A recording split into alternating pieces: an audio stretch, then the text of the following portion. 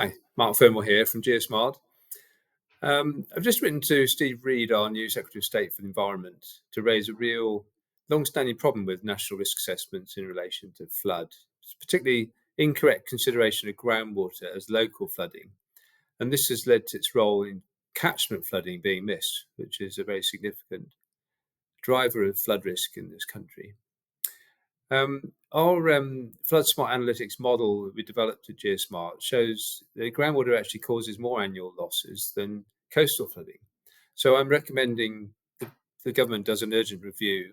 In addition to the groundwater to the National Risk Register, give it more attention.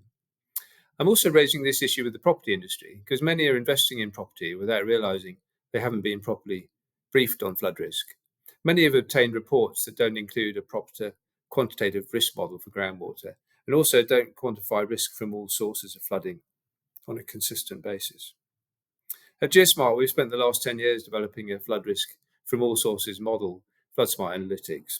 It puts a single result for flood for any property so that you can get a quantitative flood score instantly.